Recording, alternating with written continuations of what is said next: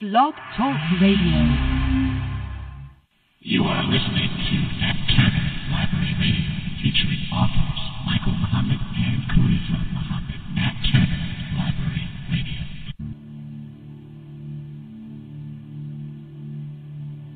You are listening to the Nat Turner Library Radio Network. If you are offended by black people discussing our suffering, black people discussing our struggle, and black people talking about solutions to our problems, then this show is not for you. You have been warned. Nat Turner Library Radio.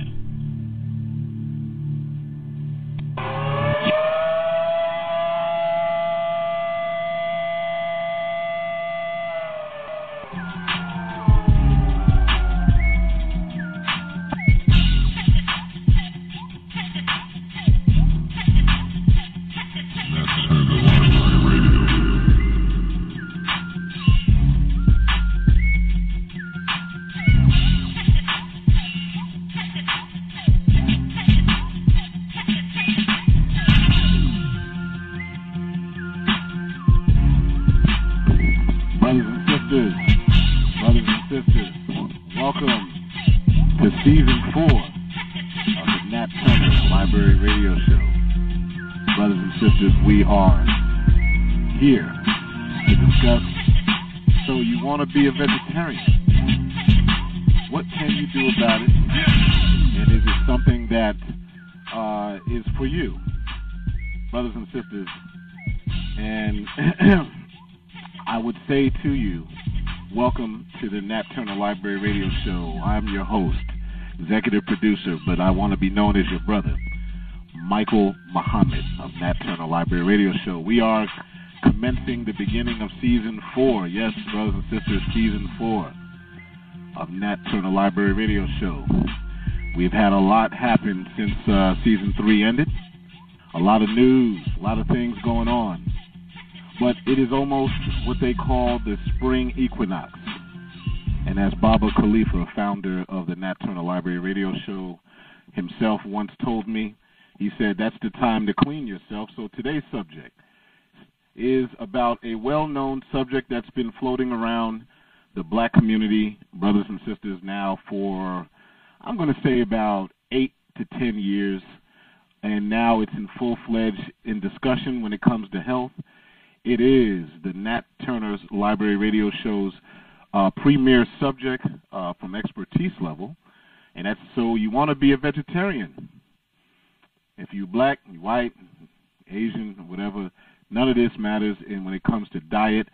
But here's what you need to know. As I said earlier, for those who are listening for the first time, I am your brother, Michael Muhammad, and tonight's subject is about vegetarianism, some of the ins and outs that you may not be familiar with, brothers and sisters, that those of us who have been vegetarian for a long time, especially those of us who are students of the Honorable Elijah Muhammad, as taught by the Honorable Minister Louis Farrakhan, many of us who are vegetarian have some things we'd like to discuss.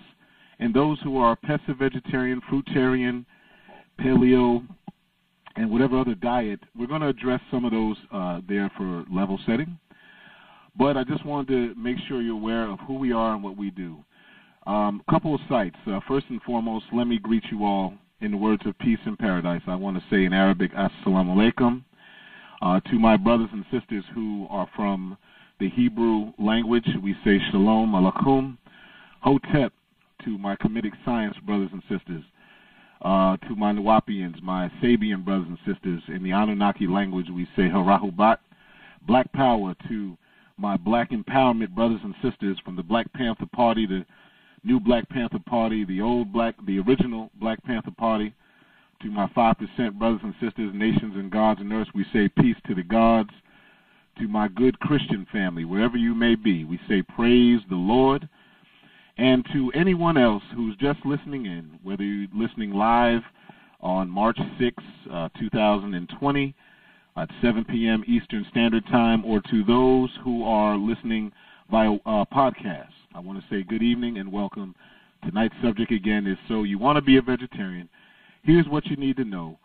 It is a self-discussion between Sister Tangela Muhammad, myself, Michael Muhammad, who have been delving into the dietary standards of these various diets for at least 30 years combined. And I myself, 26 years of a vegetarian, I should say. I'll explain what that is in just a moment. And to support the Nat Turner Library Radio Show, I'd like you to go to bromichaelmuhammad.com, BROMICHAELMUHAMMAD. That's bromichaelmuhammad.com. And what that is my site that I've developed a couple years back. For those who know, I'm also an author of a book by the title of Checkmate, The War for the Black Mind, Part 1, The Black Woman. It is a 20-year research study into the subjugation of the black man and woman of North America. And Part 1, I'm working on Part 2. Part 1 is now out and available. You can get the e-version as well as the hard version by going to the site, bromichaelmuhammad.com. A couple other sites that will help you to support the Nat Turner Library Radio. Tonight's subject is about health, and we have the daughter of the founder of the Nat Turner Library, who is Sister Nadira Khalifa. Her site is easylightsources.org. That's easylightsources.org. And she has a lot of posts dealing with food, and she has several books that she's published concerning how to select certain foods and vitamins, nutritionally dense vegetables, things like that. And another source is Cobb Books, or KHABooks.com, as well as the other source of BlackHistoryColoringBooks.com, which is Sister A.J. Jones, the wife of our chairman, Brother Khalifa Muhammad. And brothers and sisters, again, if you're listening if you're listening live, you can be a part of this conversation if you have any questions after we go through the news by being calling in. What our new number for Season 4 is 515-605-9762.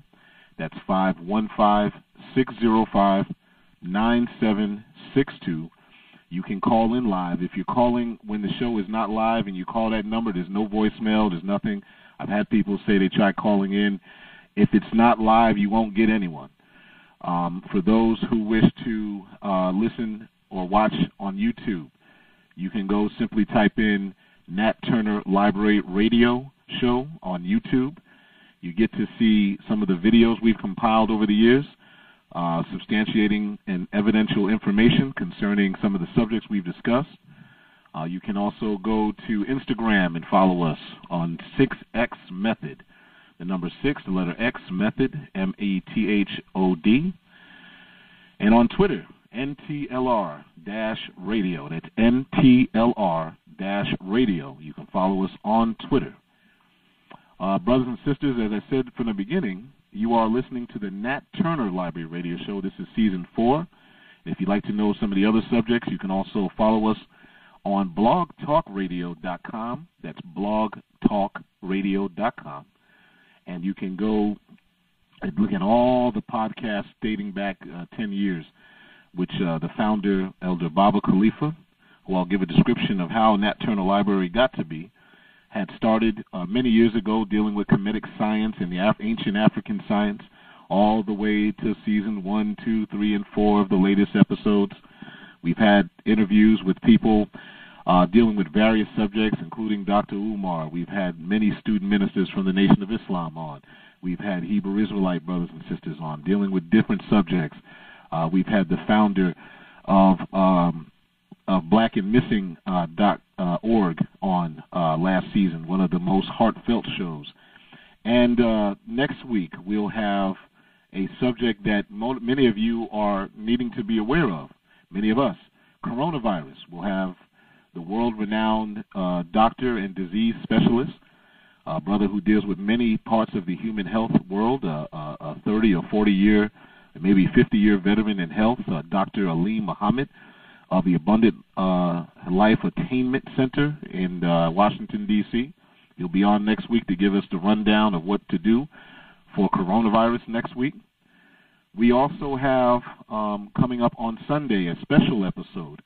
This Sunday will be a special report. We'll hopefully get the three sisters and brothers who are leading a new movement to bring awareness and protection to the sisters and the children and some brothers who have been humanly trafficked, some for sex trafficking, some are kidnapped for other things as diabolical as organs and body parts. We will discuss that subject with a sister, wonderful sister, who I've had the pleasure of speaking with multiple times this week, Sister Sigadu, Dr. Odette Russell, Sister Danielle X from the FEMA Preparedness Group from our Muhammad Mosque, number 26, I believe, or 28, excuse me, out in Dallas, as well as, if he's available and able to be on, Brother Mason X right here in Atlanta, a brother who's been diligent over the decades, over the time, dealing with black conditions. He's helping on many fronts, including the CDC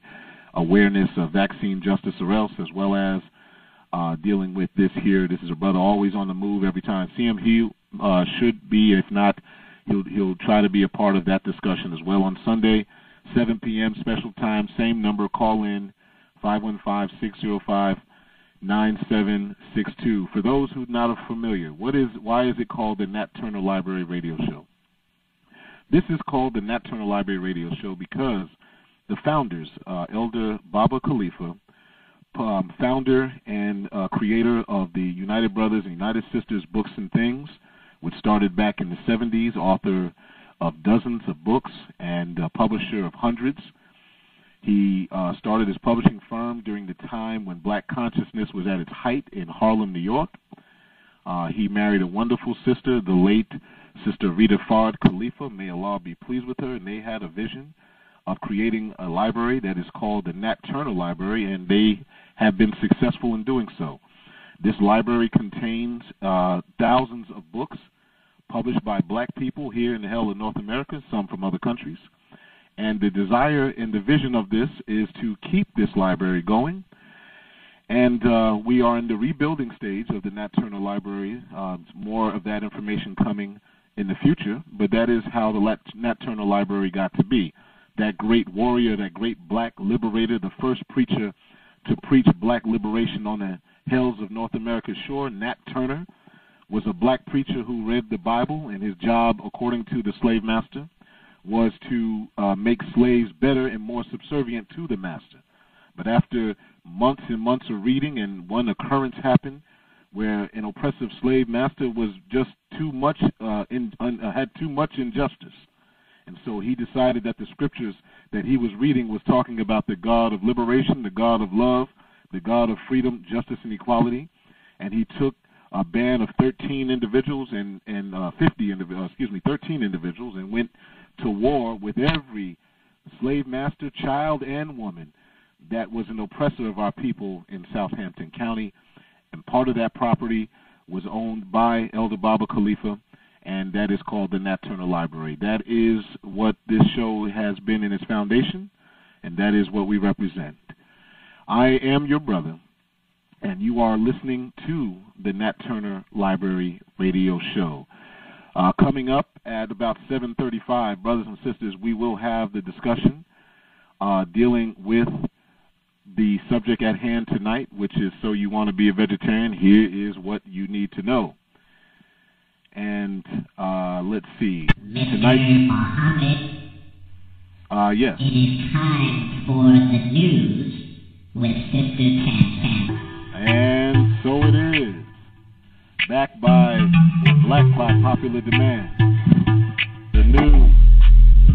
Brothers and sisters, I know you've been asking for it. You've talked about it every time I talk to someone about the Nat Turner Library Radio Show. The main thing they want to hear is the news. Sister Tangela, are you there? Assalamualaikum. Well, alaikum salam. The most popular segment of the Nat Turner Library. How are you, Sister Tangela? I'm doing well, Brother Michael. How are you doing tonight? By Allah's permission, I am doing well as well. We are thankful for the beginning of season 4, long time coming. Yes, we are. And yes. We pray that Allah blesses us to give information tonight that may be beneficial to someone. But tonight, we want to go right into the news. Our beloved sister, what do you have for us tonight? Greetings, family. Welcome back to the Nocturnal Library Radio. This is your news. We're going to start off with an article tonight from the NewYorkTimes.com. This article is by Mahir Zavari. Black women now hold crowns in 5 major beauty pageants. That's right. Black women hold the 2019 crowns for Miss World, Miss Teen USA, Miss America, Miss USA, and Miss Universe. Tony Ann Singh of Jamaica, she won Miss World. Kalia Garris won Miss Teen USA. Nia Franklin won Miss America. Chelsea Chris won Miss USA. Zazabini Suzuni won Miss Universe. And as you can see, we have now, black women have just simply taken over the world when it comes to the beauty pageant world. That's right. Together, their wins have shown how the competition has evolved from typically only validating features associated with white women, like lighter skin and straight hair, then this evolution can influence the community globally, where blackness is rarely held as the standard of beauty. So we want to congratulate all these beautiful black women for taking on these pageants and coming in and winning them all. Well, let's do it the Nat Turner way. Here's the applause, brothers and sisters. Thank you. Yes. Beautiful. Applause for those sisters. Yes, by this being black, this is this is Women's History Month, so they are making history on their own. The next article is from ABC11.com. May I comment on that real quick? Of course, yes, sir. As a black man, brothers and sisters, when I hear something like this, we've always known that the black woman is the most beautiful woman on the planet. Yes, she is. We've known this since the beginning of time. But when you have something like, correct me if I'm wrong, Sister Tangela, Miss World, Miss USA. I know. Miss Universe. USA, Miss Universe. Miss America, and Miss America. Teen. These women, all are black women black women representing the beauty of the world. That's right. They have been known as the epitome of identity and beauty and prowess and dignity for the entire world. All praises are due to Allah. We thank Allah for them earning that recognition, and we recognize that on the Nat Turner Library. Thank you, Sister Tangela, for that article. What else you got for us? The next article is from ABC11.com. Simone Biles named 2019 AP Female Athlete of the Year. So the greatest gymnast of all time, and in 2019 Associated Press Female Athlete of the Year. She has over 25 World Championship medals, and that's the most by any gymnast ever. She was How many she got? 25 World Championship medals. Go ahead. I'm sorry. Continue, sister. Yeah. She was. The competition was between her, women's soccer star Megan Rapinoe, the skiing star Michaela Schifrin, and the WNBA MVP Elena Dale Dawn. So she was in a competition through those 4 things, so she came out number 1. So that was beautiful. So she captured the award. Her triple twisting double flip, also known as triple double, and her double twisting double flip being dismount, also known as double double, is so tough that the International Gymnastics Federation made an unusual decision to downplay their value in an effort to deter other gymnasts from even trying it. That's how wonderful this sister is. And she's able to do it. And she's able to do it, exactly. So this is a triple-double, double-double, triple-double, yeah, double. I can't even say it, let alone. Double and a double-double, yes. In a double-twisting, double-flip beam dismount. Good God Almighty. I know. I can't even say that, let alone imagine doing it. I know. That's how bad the sister is. You know, Simone Biles. So congratulations to her. She deserves it. She's an awesome athlete. She's an awesome young lady, and she has a hugely bright future. Well, praise be to Allah. That sister is one of the many stars, as the Honorable Miss Louis Farrakhan talked this past Savior's Day about stars. She's just the tip of the iceberg of the plethora of black oil or black salt that we have on this earth. That is the fundamentals that make us the God of the universe. Thank you for that article, Sister Tanda. What else you got for us? The next article from the AJC.com. This is written by Jim Galloway. So, Jolt. Warnings of suicide spike among farmers in South Georgia. News doesn't always erupt. Sometimes quality pokes his head out, is overlooked, then tugs at his sleeve until someone pays attention. The Associated Press reported that a University of Georgia researcher has warned of a potential uptick in suicides in the state agriculture community.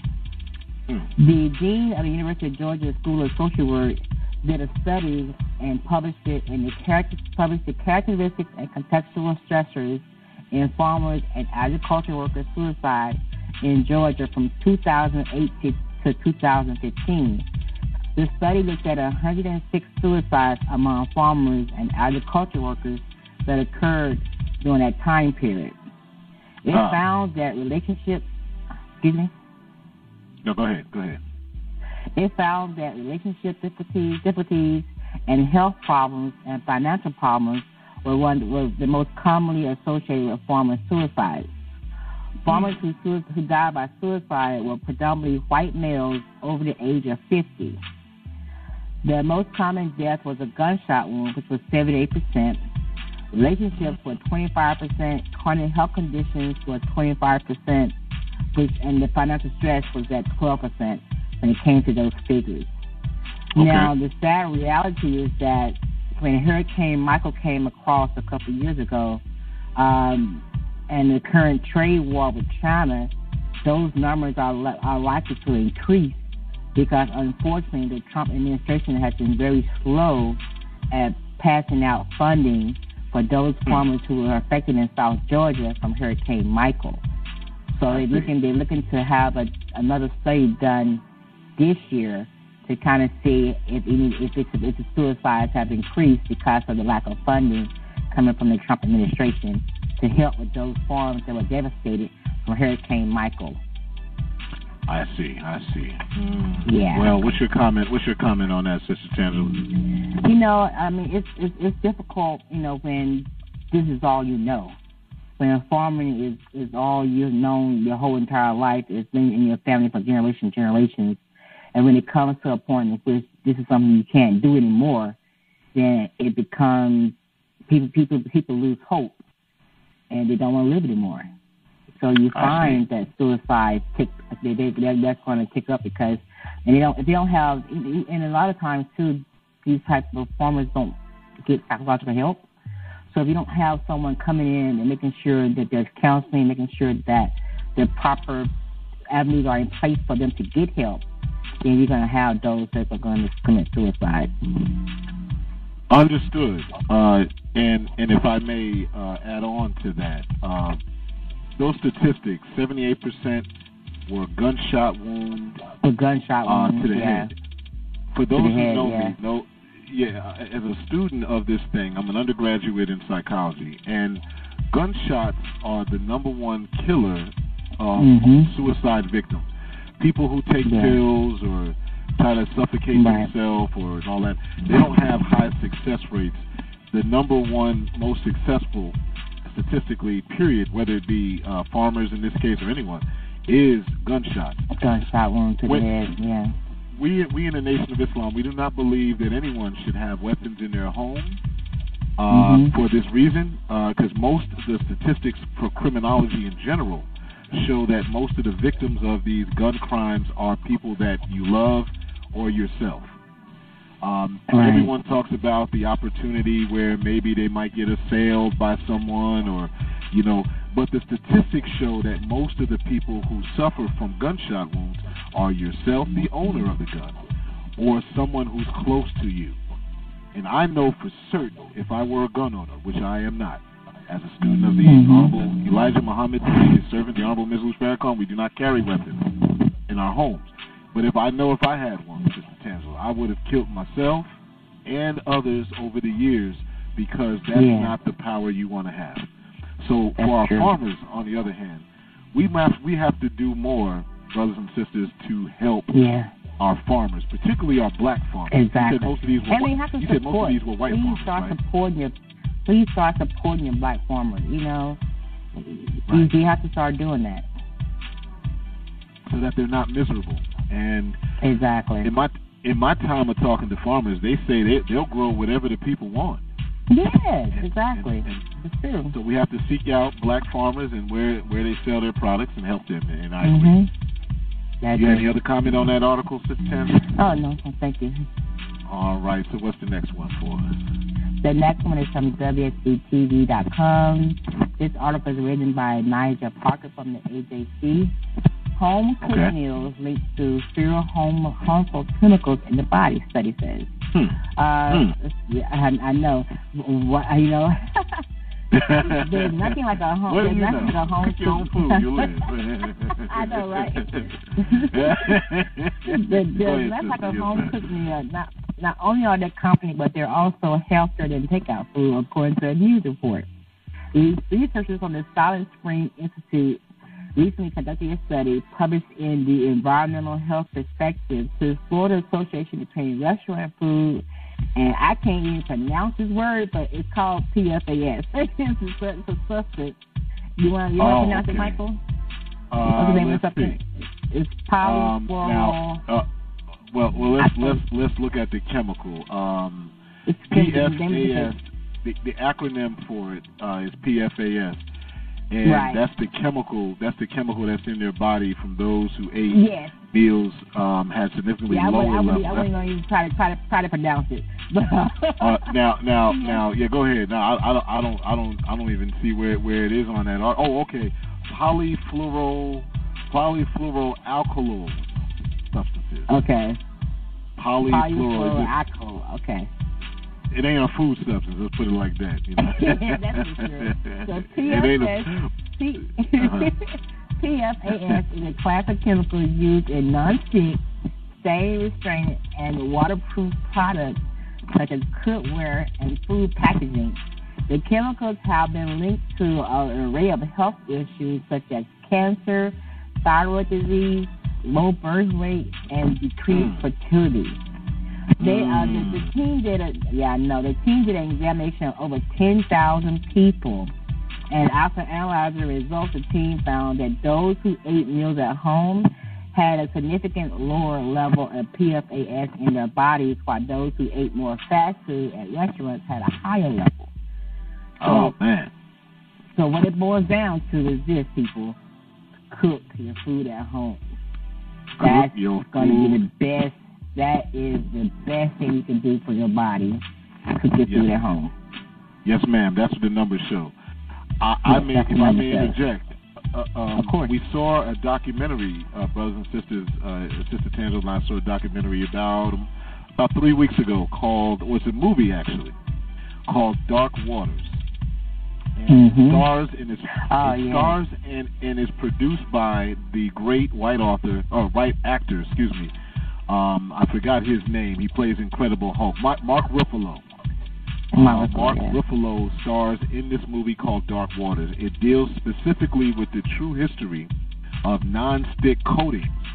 A chemical that was by Dow Chemical. It's a true story that's still ongoing. It's a true story. And if I remember the statistics on that, Sister Tangela, correct me if you know, it said that over 99% of the Earth's living material was affected by this PTFE chemical, and that's different than the PFAS chemical that you just read about. Mm-hmm. But it was 90% of the earth was affected by this chemical, and that it is carcinogenic.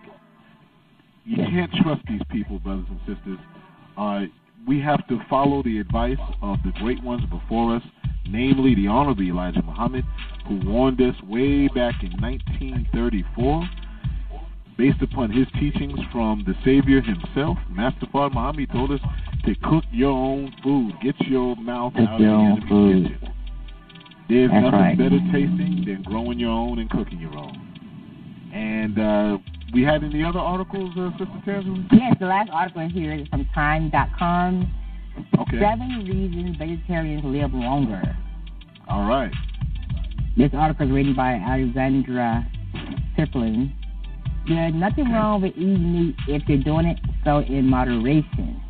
The research does show that vegetarians tend to be healthier overall and even live longer.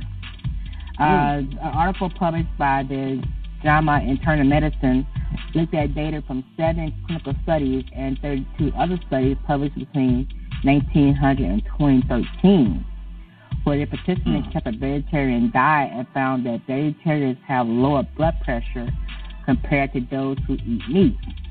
However, there are 7 other reasons why vegetarians may outlive a meat lover. Number 1, lower blood pressure. Number 2, lower risk of death. Better mood. Less chance of heart disease. Lower risk of cancer. Lower risk of diabetes. Less likely to be overweight. People who don't eat vegetarian can still be very healthy, and a vegetarian diet comes with its own health risks. For instance, researchers have also shown that vegetarians have a higher risk of iron deficiency, and some experts question whether children who are raised vegetarians get the right amount of nutrients for their growing body.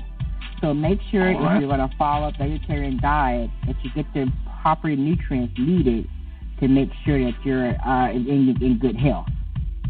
All right. That's my article for tonight.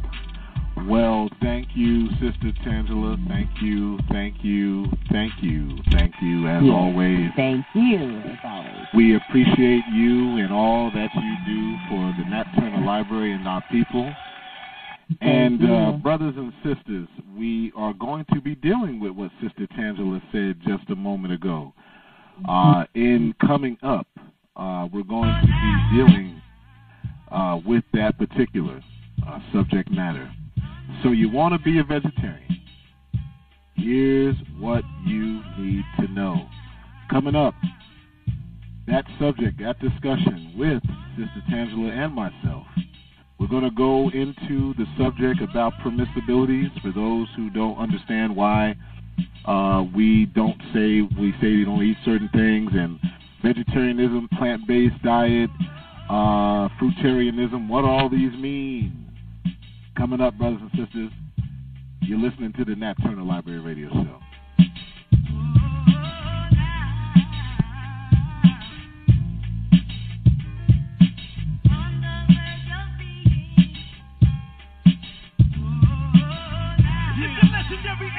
Stay tuned for Nat Turner Library Radio.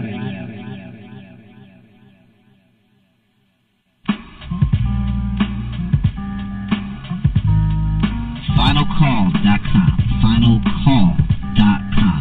One word, FinalCall.com. The award-winning website for the realest and most accurate black news available on the planet. FinalCall.com. Fair, reasonable, accurate, and inclusive. We are a unifying website. FinalCall.com. Go there today.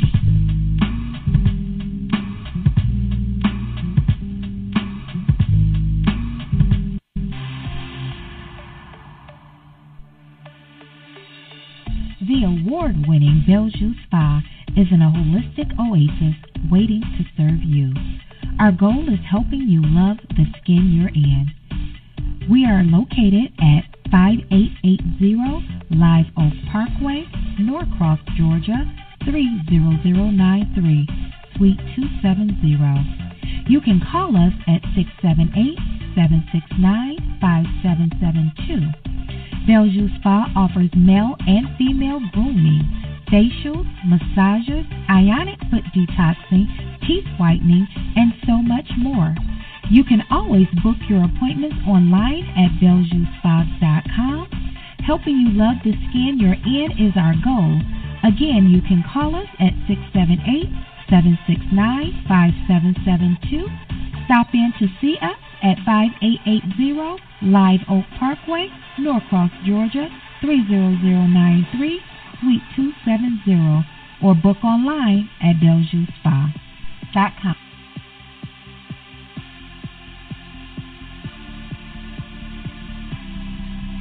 Attracted some of the most brilliant, award-winning musicians and artists.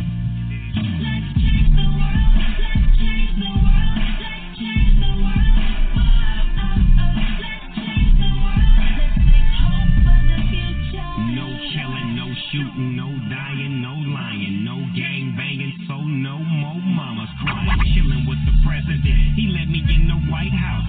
Back to the castle with the minister. Support this project from the Honorable Minister Louis Farrakhan by going to letschangetheworldmusic.com. That's letschangetheworldmusic.com. You may also simply type in lctwmusic.com. That's lctwmusic.com. Support your own, support yourself. Nat Turner Library Radio.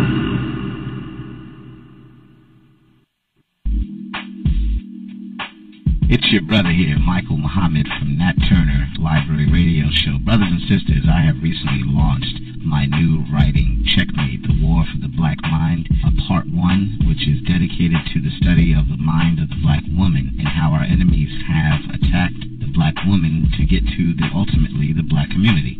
But I also have a website, bromichaelmuhammad.com, BroMichaelMuhammad.com. That's bromichaelmuhammad.com. On this, you will see me. You will see the M6X apparel, which has beautiful shirts, 100% organic black shirt. For the sisters, we have the Be Yourself, Love Yourself shirt.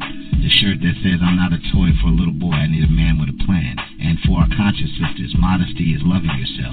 When you disrespect women, you destroy the future for everyone. We have the shirts of 100% organic black, which gives all the attributes of our organic black man and woman. We have Honor Thy Mother and Thy Father. We have the 100% Black God shirt, one of the most popular. We have the Know Your Enemy shirt with the atrocities that have happened to the black men and women of North America on the back. And we also have the Checkmate book cover shirt in many different colors.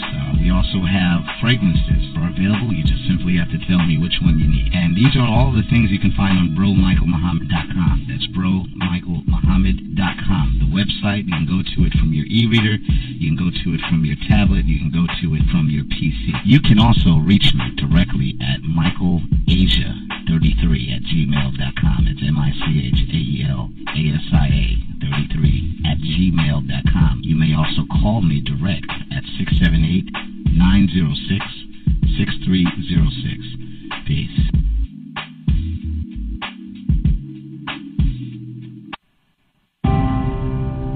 I am a warner from God. I might as well get it out, because there are some things that are about to happen that only a change in the behavioral pattern of those in positions of power can stop.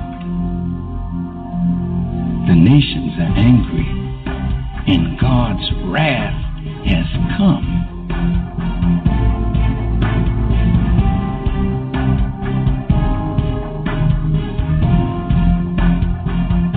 It is the time of the deprived to be given justice.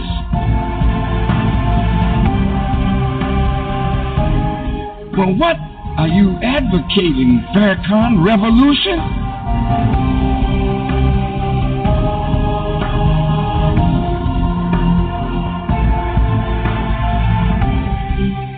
advocating justice, but revolution is already taking place.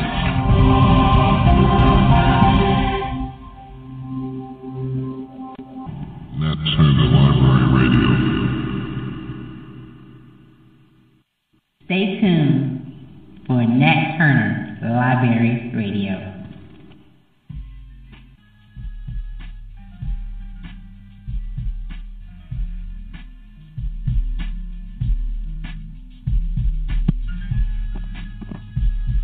All right, brothers and sisters, welcome back to the Nat Turner Library Radio Show. I'm your host, your brother, executive producer of the Nat Turner Library Radio Show, Michael Muhammad. Tonight's subject is, so you want to be a vegetarian? Here's what you need to know. Call-in number if you'd like to be part of the conversation when we're live on March 6th, 2020. We want to have you be part of the conversation. If you have any questions or comments that are respectful, of course. Number is 515-605-9762. 515-605-9762. Sister Tangela, are you there? Yes, sir, I'm here. All praises is due to Allah. Welcome back to segment 2 of tonight's subject.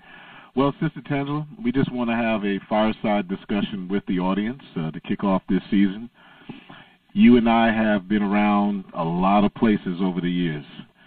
And one of the things that you've heard asked of myself and even of yourself is this one thing, vegetarianism. Am I right? That's correct. And I'm going to say this, brothers and sisters. You know, we cook all types of styles of vegetarianism, lacto-ovo, vegan, which is what I am. And I'll explain what that is in just a moment. Pesco vegetarian, which is someone who has a variation of vegetarianism. Vegans, fruitarian, there are people who do that. We're going to explain all of this because our people, Sister Tangela, want to be a part of this. So before we get started, is there any intro information you'd like to add to the subject before we get started, Sister Tangela? Not at this time. Thank you. Okay. Well, brothers and sisters, to set the scene, what I'd like to do first and foremost is introduce a couple of things, a couple of clips, if you would, to talk about specifically vegetarians themselves. Some are celebrities, some are doctors. And as I play these clips, I'm going to tell you who they are from. And then we're going to go into specific discussions about what the terms are: vegetarian, vegan, fruitarian, pesco vegetarian, semi-vegetarian, whatever all that is. We're going to go into some of those discussions. First up at the bat here, Sister Tangela, I'm going to introduce a couple of doctors. Now, some of these are white, some are black, don't matter to us. They're talking about some of the information that you and I talk about all the time when we're sharing with the audience. That is some older people. Dr. Ellsworth Wareham, a guy, now listen to this, Sister Tangela. He's 98 years old. Dr. Ellsworth Wareham, W-A-R-E-H-A-M, if you'd like to look him up, brothers and sisters. He's a vegan, and I want you to hear from his mouth what he has to say about being a vegan. My name is Ellsworth Wareham. I'm a cardiothoracic surgeon and practice that as my specialty all my professional life. I'm 98 years of age, and I practiced cardiothoracic surgery until I was 95. I have first tried to be active by working around my yard, doing my pruning of my bushes, and I mow my own lawn, and so I try to get a little exercise doing that. As far as my dietary program is concerned, I happen to be a vegan. I've been a vegan now for about half my life. I think that that's a healthy form of nutrition. I try to maintain a calm approach to the problems of life and not worry and fret over problems that come along. get a good night's sleep, and if I feel like it, I take a nap during the day. So I really try to be calm, as careful as I can in preserving what energy I have. Well, I quit work when I was 95. And because of this, of course, I attracted some publicity from the National Geographic. And incidentally, the people I work with very much wanted me to continue, but I felt I should spend a little more time at home with my family. I could be working right now. I could do anything that I did then, and I'm now 98. But I picked 95 as an arbitrary time when I would quit. I have always been inclined to be a vegetarian. My folks were farmers. We had quite a bit of meat available, but it never appealed to me to eat animal products. I never did drink milk by the glass. I would use it on my cereal, and of course my mother and then later on my wife would use it in cooking. So I was naturally inclined toward a vegetable type of diet, but I was concerned about the adequacy of the nutrition. When I found out that I could get by taking a little vitamin B12, why, of course, I then became entirely vegan. I think that it has been a very fine form of nutrition. All right. That, Sister Tangela, was a doctor named Ellsworth Wareham. You have any comments on that clip, Sister Tangela? Yeah, I think that a lot of people who have become vegan do enjoy being vegan, and people have their reasons for why they're not vegetarian and why they rather be vegan. So I think that people should definitely look at all the different types of diets and decide what is best for themselves. Now, I follow more of a flexitarian diet, in which I probably do 50-50, 50-50 plant-based, and then other times I may have chicken and fish. But I think that people have to be very mindful and just research and figure out what's best for them. Indeed, I agree. Brothers and sisters who are listening in, we got a few callers in there. We're going to get to you in a few minutes, brothers and sisters, if you'd like to have any questions or make comments concerning the subject matter about vegetarianism, particularly in the black community. Our call-in number for those who are listening live on the Blog Talk system is 515-605-9762, 515-605-9762. You are listening to Nat Turner Library Radio Show. We are discussing with Sister Tangela and myself, Michael Muhammad, Sister Tangela Muhammad, about vegetarianism. We got between us 30 years of various vegetarian diet experience. So, Sister Tangela, I posted an article for those who are following us on Facebook. You go to Nat Turner Library Radio Show. Brothers and sisters, type in the search engine at Facebook at Nat Turner Library Radio Show. Like our page so you get our notifications. But for those who are following the show event for tonight, titled So You Want to Be a Vegetarian, Here's What You Need to Know, I just posted from BerkeleyWellness.com. That's BerkeleyWellness.com. An article from the University of California. I like to deal with these specialists who study this stuff, Sister Tangela. So they gave some definitions on the types of vegetarianism. We're going to go through these, and any comments you have, Sister Tangela, just feel free to jump on in. Sure. All right. This is what I am. I'm a lacto-ovo-tarian. Lacto meaning milk, ovo meaning egg. It's a vegetarian, according to the University of Berkeley at California, who eats plant and base foods, dairy products, and eggs, and excludes meat, poultry, and fish.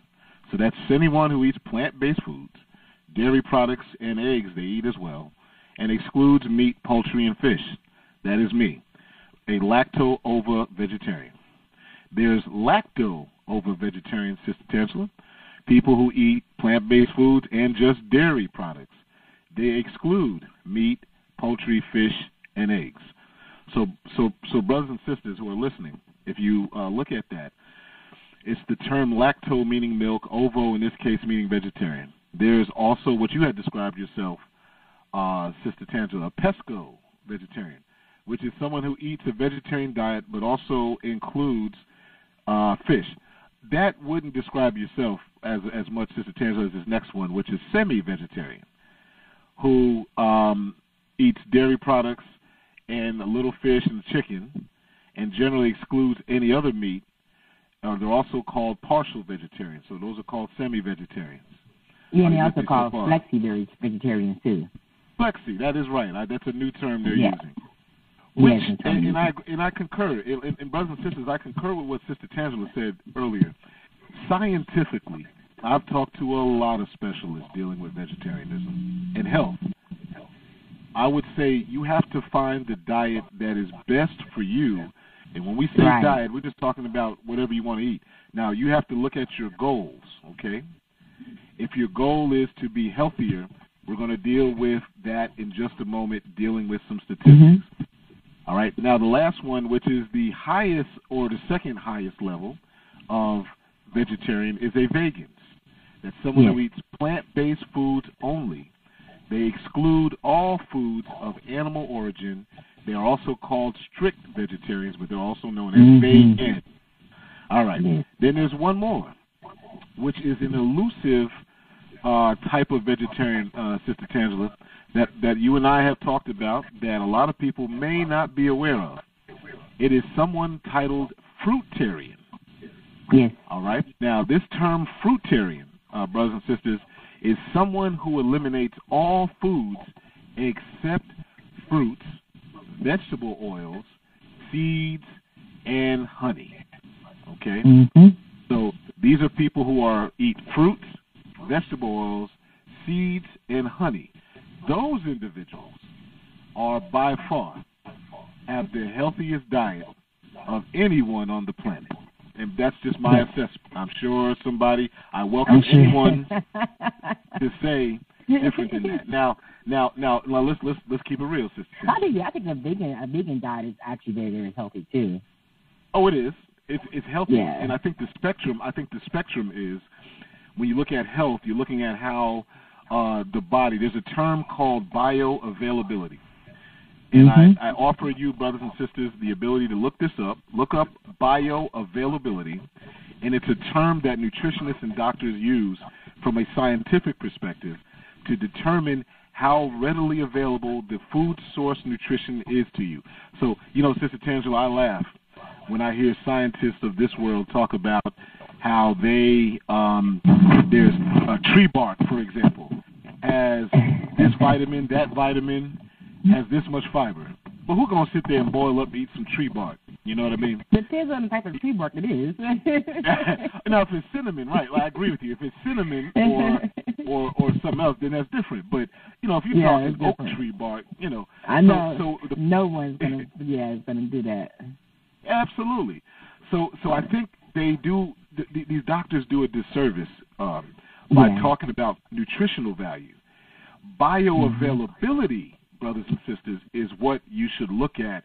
That basically means how quickly and how effectively does your body absorb the nutrition. Right. Of what you're eating, Absolutely, without doing harm to your body. Are you with me so far? What comments do you have on that, Sister Tangela? But no, you're absolutely right about that. We have to be very, very mindful about what nutrients are there. And I think, I must, tell people, you really need to make sure you're getting your proper lab work done. Make sure you're making sure your nutrient, levels are all okay, because you can be a vegetarian and be sick, And you sure and not have the proper nutrients, and that's the thing you don't want to do. You want to make sure that you're getting proper lab work done to make sure all your levels and nutrient levels are properly well balanced, so that you don't find yourself lacking in certain nutrients of that nature. Well said. And you have to eat a very well balanced. Yeah, go ahead. Because if you're eating a very well balanced vegetarian diet, because there are junk food vegetarians, and you can't be a junk food vegetarian and have a healthy body. It doesn't work that way. And I think a lot of people can be very, very don't understand that it's okay to be a vegetarian, but if you're just eating a bunch of junk all the time and not actually putting into your body great food, then you're doing yourself a disservice by calling yourself a vegetarian if you're not eating properly. Now, when you say junk, do you have any examples you'd like to share with the audience? Oh, yeah. You can't, those who, eat cheese, if you're eating Cheetos every day, for breakfast and lunch, Doritos, breakfast and lunch, Oreos, because these things they're vegetarian, they don't have any meat in them. So if you're eating Oreos every day for lunch and breakfast or eating, stuff of that nature, that's junk food. Your body can't intake that and do anything with it. It's not getting the nutrients from eating bags of stuff like that, or a bunch of French fries all day. You can't eat French fries for lunch and dinner and expect that to be something a wholesome meal. French fries and ketchup is not a wholesome meal. And a lot of times, I agree. Yes, ma'am. Go ahead. And I'm in a lot of Facebook groups that are vegetarian Facebook groups, and a lot of people, when they try to change over to a vegetarian diet, they're confused about what to eat. They're not sure what to eat. A lot of them come into it and they have French fries for dinner. Or they're having, things like that, which is not something that is nutrient dense for you to have. You can't live off French fries. Precisely. So is there any other junk foods like French fries that you want to throw in there that those who are trying vegetarian could fall into that trap? Potato chips, French fries, onion rings. I mean, all those things, onion rings and stuff of that nature. Onion rings, French fries, stuff they call snack foods. You go into the snack aisle, you got pretzels and you got and Cheetos and potato chips and things like that. A lot of times people find themselves drawn to those types of food because it's easy to eat, stuff like that, because they may not know how to cook, or they find themselves eating pasta every day. You can't just eat pasta every day, and expect to have a very nutrient-based diet. You got to have to get in there and start experimenting with all the vegetables that are in your produce section of your store. You're going to need to start learning how to cook and learning how to take these foods and make a meal from them. Now, let's go there. As students in the Nation of Islam, brothers and sisters, I want to offer you, for those who are not familiar, 2 books that you must have if you don't already have them. If you have these 2 books I'm about to mention, written by your and my Savior, the exalted, you don't have to agree with this, brothers and sisters, but I'm going to tell you what I know, who wrote a book based upon the teachings he received from God himself. Take it or let it alone. But it has been unable to be disproven on how to eat to live. And that is, beloved brothers and sisters, the title of these books. How to Eat to Live 1 and 2, written many decades ago by the Honorable Elijah Muhammad himself. And Sister Tangela, as you and I have discussed over the decades, I'm going to introduce some people to Chapter 10 of How to Eat to Live. Chapter 10, specifically his words, the Honorable Elijah Muhammad, about the type of vegetables that we should be eating, if I may, at this point. Okay.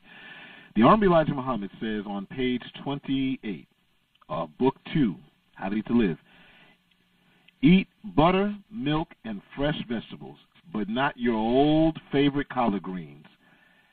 Cabbage sprouts, turnip salads, mustard salads, beet tops, salads, and kales, etc. Those are not for you. Your best vegetables are cauliflower, cabbages, not the green cabbages. He's talking about the white ones. If you love turnips, eat the roots, not the turnip salad on top. Some other vegetables we eat are Brussels sprouts, asparagus, eggplant, okra, squash, rhubarb.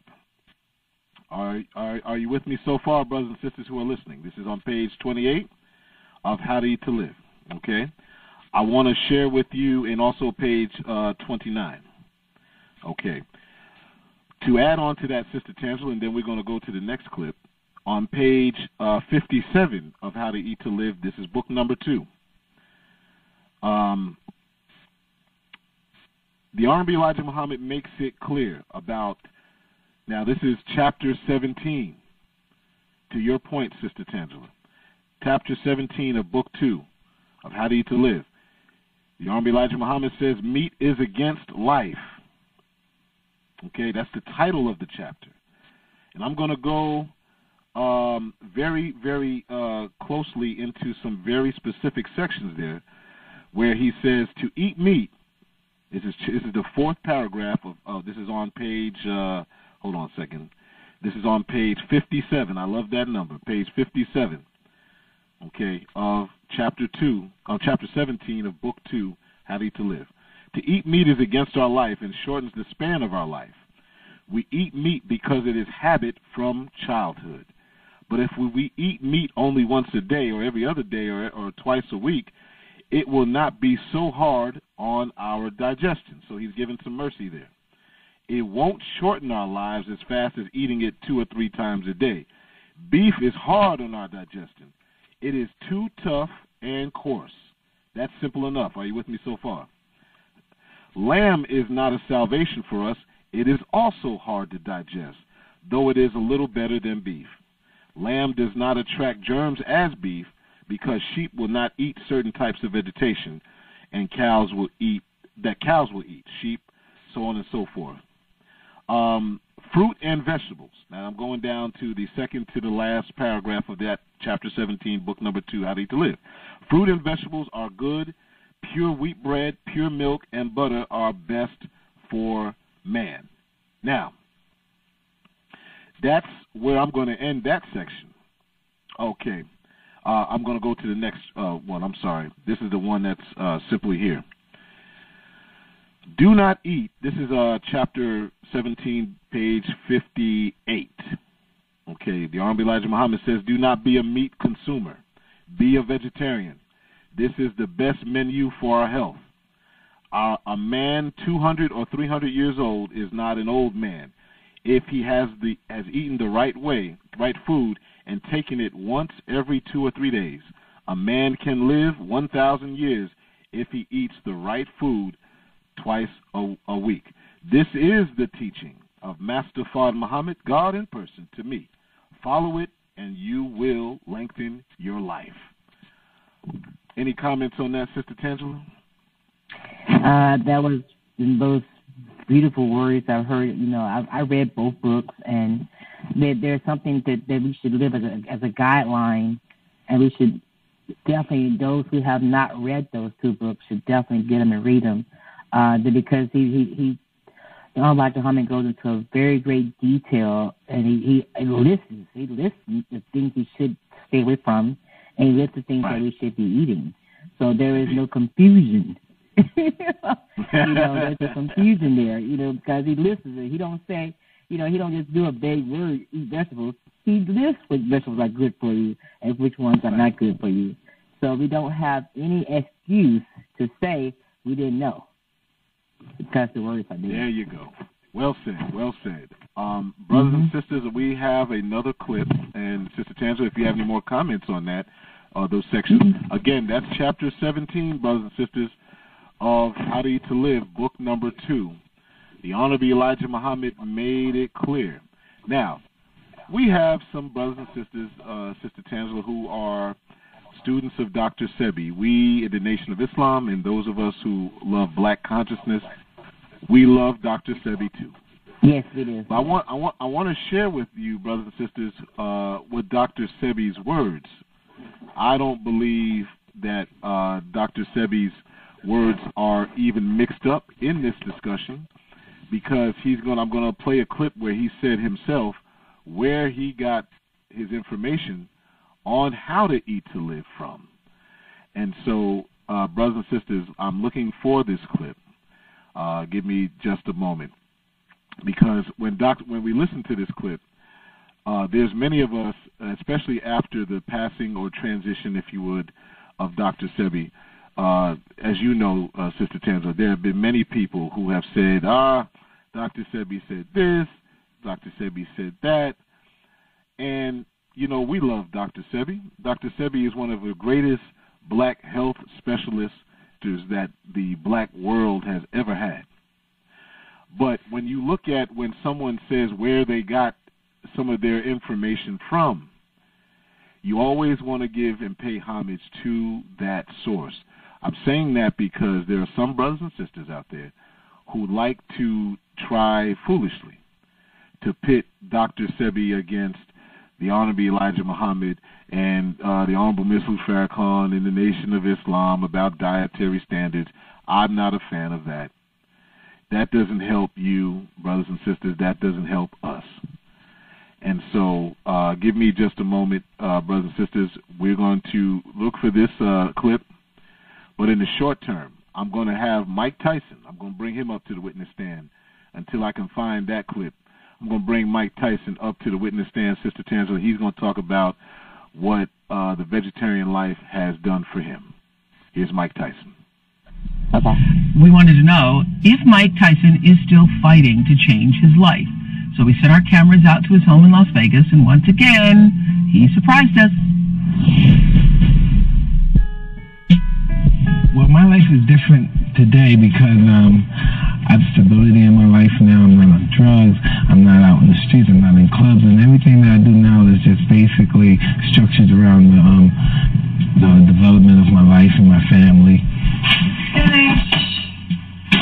You want some mango in it today? Pineapple? I lost weight. I dropped over 100 pounds, but yeah, I just felt like changing my life, doing something different. And so I became a vegan, and becoming a vegan, it gave me another opportunity to live a healthy life. And I was just horrible, so congested from all the drugs and bad cocaine. I could hardly breathe, high blood pressure, almost dying, and arthritis. And once I became a vegan, all that stuff, diminished. All right, that was our brother Mike Tyson. You have any comments on that clip, Sister Tangela? I must agree with him. My healthiest time in my life was when I became a vegetarian. I have the lab work to show and prove that, when I was, following dialysis, we have lab work done, multiple times a month, and my numbers were always the healthiest and the best numbers ever when I was vegetarian. I struggled with the fried chicken. I'm an addict, and so. Oh wow! So I struggle with that. So I do love fish and I do love fried chicken. So but I do know I agree with Mike Tyson. Vegetarian and vegan is definitely a diet that will put you into a better health and than any diet you can possibly eat. And I agree with him that it does work. Well, indeed. If you follow the way Mike Tyson was saying, now we all who watch boxing, we know who Mike Tyson has been since the 80s. Mike Tyson has been one of the more intense boxers, which is a very intense form of fighting that the world has ever seen. He's been a polarizing figure when it came to empowerment of himself. Through that, he's been known to have some controversial comments and so on and so forth that some people would view as outlandish or just outright crazy, including the time when he bit our brother Evander Holyfield's ear during the last match he had with him. Mike Tyson admitted in that interview that he was doing drugs and he was living a crazy life, and he said as part of his purification process. Now, this is the key thing I wanted people to hear in that interview that Mike Tyson did with Oprah. He became vegan as an integral part of his purification. Now, that's where I think the key is, if you would, brothers and sisters, when you're dealing with brothers and sisters, period, who are trying to get right, okay? You don't want to discount diet. You don't be a hog eater, smoking cigarettes, eating all types of poisonous food all types a day, and have good thinking. It just doesn't happen. So what I gathered from Mike Tyson's statement to Oprah is, as part of his cleansing process, you know, he became vegetarian. Now, there are some vegans or vegetarians in history that weren't so good people, such as Adolf Hitler. He was also a vegetarian, and he was one of the more polarizing, violent people in human history. So that says a lot about what potentially some of the individuals who are vegetarian or vegan could be. But you know, he had, if you watch or look at some of his talking about Adolf Hitler, some of his actions, what he wrote, he was using logic, so he was able to think to some degree, and a lot of people historically attribute that to his vegetarian thing. But of course, he had completed one of the worst atrocities in human history by helping to complete the demise of millions of people. I got one more person because it seems like, brothers and sisters, that the clip for Dr. Sebi had an error message. That's kind of suspicious. And so we won't probably get to that tonight, but I have another doctor, Sister Tangela, that I'd like to bring to the witness stand about vegetarianism. Well, excuse me, this is not so much a doctor. It's a brother whose name is Bernando, yes, Bernando, La Palo. Now, Sister Tangela, you're like this. He's 110 years old, and he's talking about how 110, and that was last year. He talks about what kind of food he ate to live all these years, and his father was a doctor as well. His name is Bernando. Today, he is 110 years old. Yeah, as Susan Casper reports, the guy is sharing his secret to longevity. If you eat properly, get your rest. Words to live by, considering Bernando Lapayo of Mesa was born in 1901 and has lived to be 110 years old. They had no automobiles. They had no airplanes. I saw them all come about. Bernando tells me he's never been sick a day in his life. He walks every morning and eats mostly organic fruits and veggies. The people ask me, what do you do to stay so young? I say, well, you've heard the old saying, I know you have, you are what you eat. So what's Bernando's secret? 5 foods: garlic, honey, cinnamon, chocolate, and olive oil. Healthy habits Bernando picked up from his father, a doctor who lived to be 98. And he told me not to eat ordinary red meat. He said lamb is okay, but red meat, stay away from it. Hot dogs and French fries and all those things, don't eat it. Bernando keeps his brain sharp by being a voracious reader, solving crossword puzzles and playing checkers. I can remember things that my father told me when I was 8 years old. A father who showed his son how to have a rich life worth living. And he taught me how to live, how to eat, and to have faith in God, and he would take care of me. And so far, it has happened. All right, so far it has happened. Now, one of the things, Sister Tangela, again, brothers and sisters, you're listening to the Nat Turner Library Radio Show. If you want to be a part of this discussion, we're going to get to the callers in just a moment. 515-605-9762. One of the things, Sister Tangela, I found interesting is you keep hearing the same theme, whether it be scripture or whether it be people who are living long. They keep talking about olive oil. They keep talking about honey, right?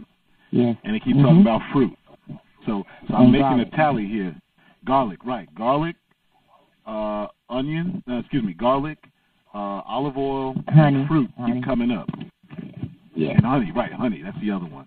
Honey. Do you have any comments about our brother Bernando? I think it's just a beautiful thing that, you know, at 110 years old, and he's taking memory what his father told him when he was 5. That just goes to testament. It shows the brain power when you live a diet that consists and comprises mostly of vegetables. You know, it just goes to show you how well the brain functions from that. Well, I got some good news, Sister Tangela. We got that clip from Dr. Sebi to work. Yay. So, let's hear it. Let's hear Dr. Sebi himself talk about where he got this stuff from. Our Honorable Elijah Muhammad, the only man that said, stay away from the Pope. And when I Sebi sat and ate with the messenger in his house on 3837 South Woodlawn Avenue in Chicago, the messenger personally told me and Brother Harry Nance from New Orleans that we should not be eating meat at all. And we should not be eating anything on this menu because it is poisonous to us. But if he the messenger of Allah, Elijah Muhammad, had told the black race of the United States to stop everything, who would listen then? So he had to he couldn't cold turkey us. He was very intelligent. He removed the pork. And just by removing the pork and many other little things, they rebelled and they said they wasn't going to join because they had to eat their pork. What you got to say? What you got to say about what Dr. Sebi said? Coming from the South, born and raised in Mississippi on a farm where my grandfather killed pigs, it was a difficult transition to come from eating pork and beef. Because I ate all those things growing up. I mean, from the South, of Mississippi, those were standard items in the menu. So it is a difficult transition for those who are coming out of that world and trying to improve upon their diet, but it can be done. There you go. Well said. Now, what I found interesting, Sister Tangela, is how Dr. Sebi said the messenger of Allah told us.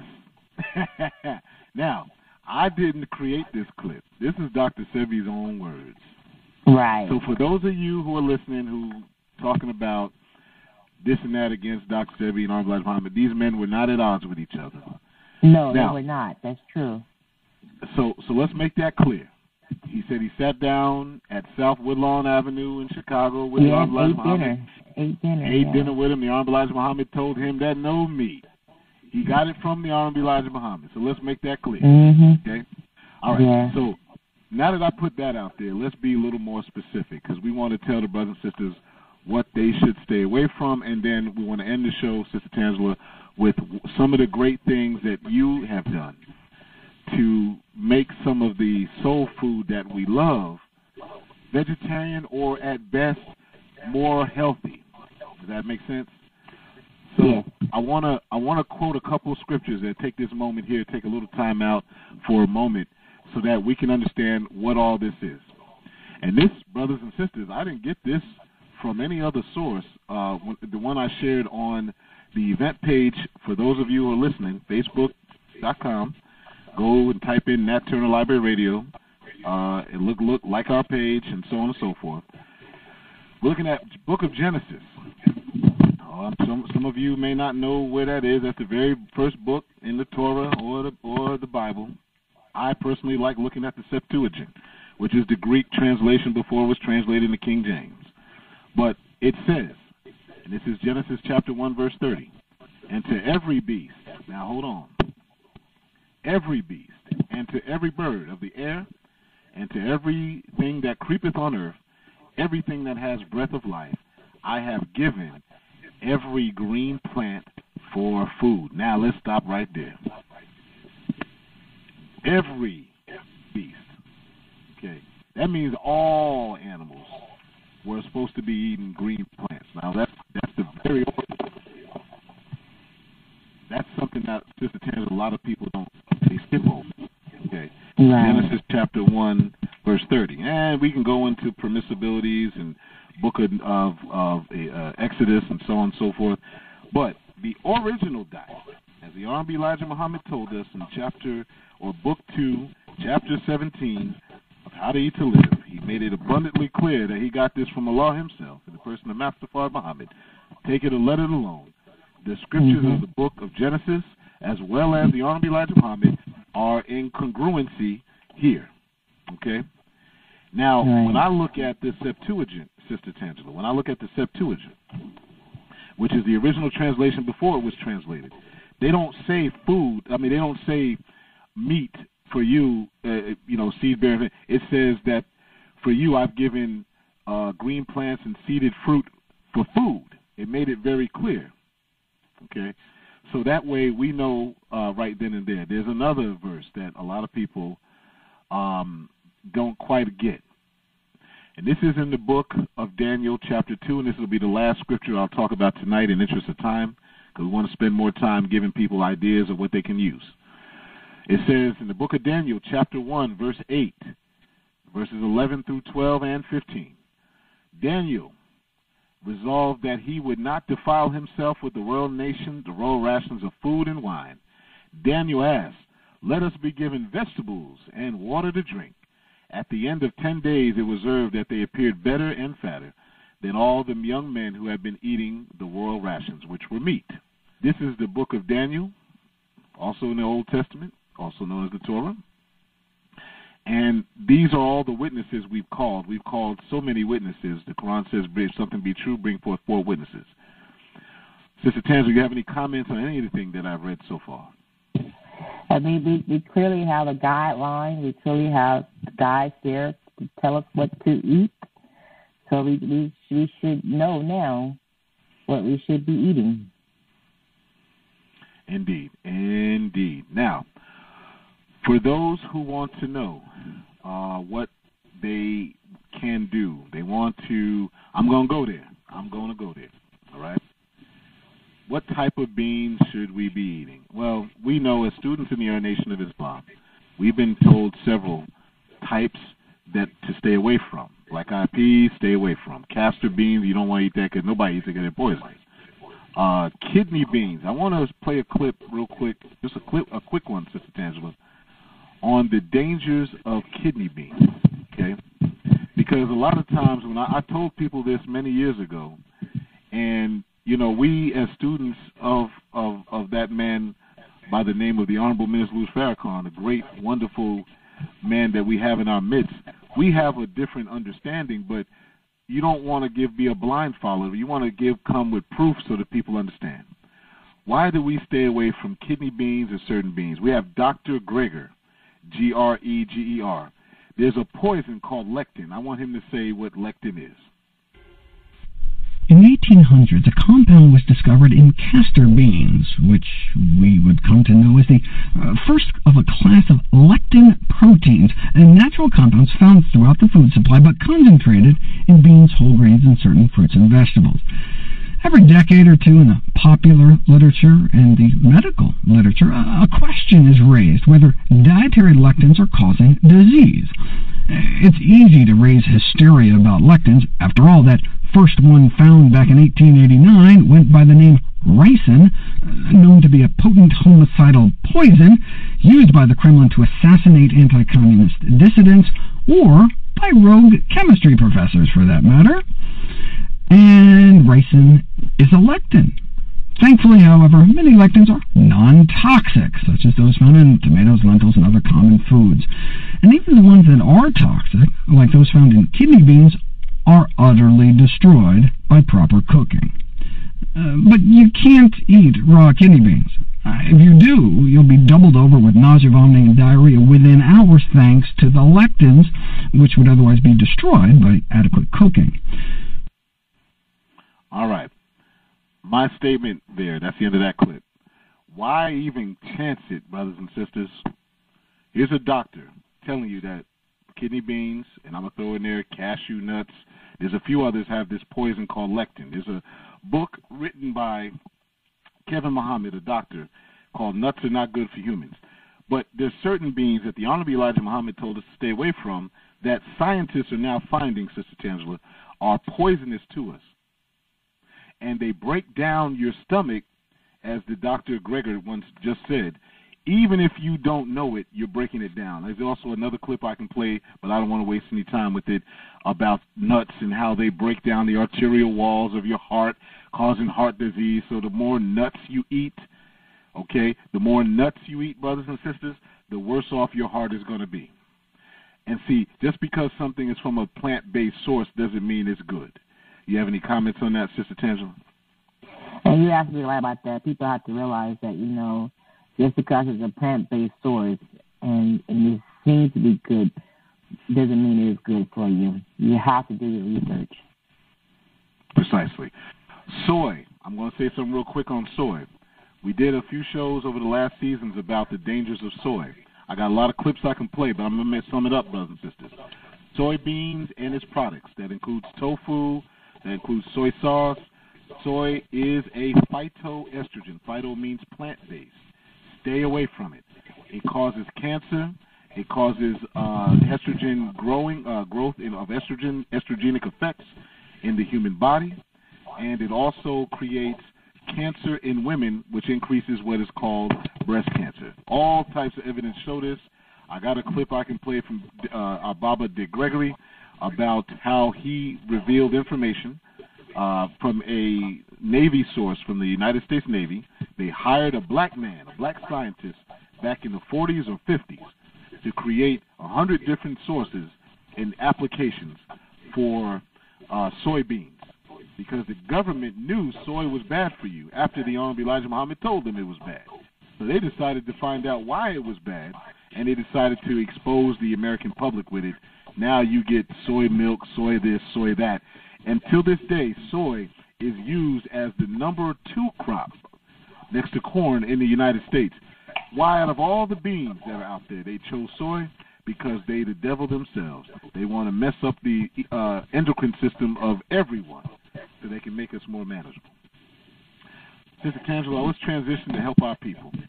First and foremost, go ahead. I want to go ahead.